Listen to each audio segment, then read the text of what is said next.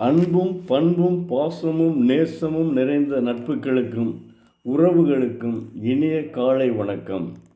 இன்று ஒரு குறள். இன்று பொருட்பாலினுடைய முதல் குறள். அதிகாரம் 39 இறைமாட்சி. குறள் எண் 381. படைகுடி கூழ் அமைச்சு நட்பு அரண் ஆறும் உடையான் அரசருள் ஏறு. படைகுடி கூழ் அமைச்சு நட்பு அரண் என்று கூறப்படும் 6 அம்சங்களையும் உடையவனே அரசருள் ஆண் சிங்கம் போன்றவன்.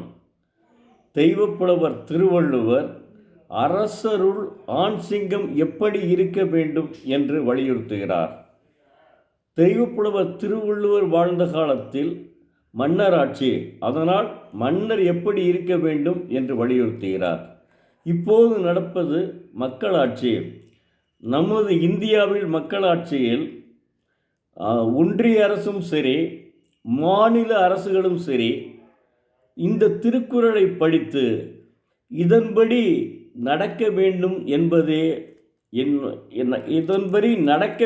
என்பதே மக்களினுடைய விருப்பம். அதாவது ஆண் சிங்கம் போன்றவனாக அதனுடைய ஒன்றிய அரசினுடைய பிரதமர் மந்திரியும் சரி, மாநில அரசினுடைய முதல்வரும் சரி, முதலமைச்சரும் சரி, இப்படித்தான் இருக்க வேண்டும் என்று தெய்வப்புலவர் வலியுறுத்துகிறார். தயவு செய்து எல்லா அரசியல்வாதிகளுமே திருக்குறளை படியுங்கள், படித்து அதன்படி நடங்கள்.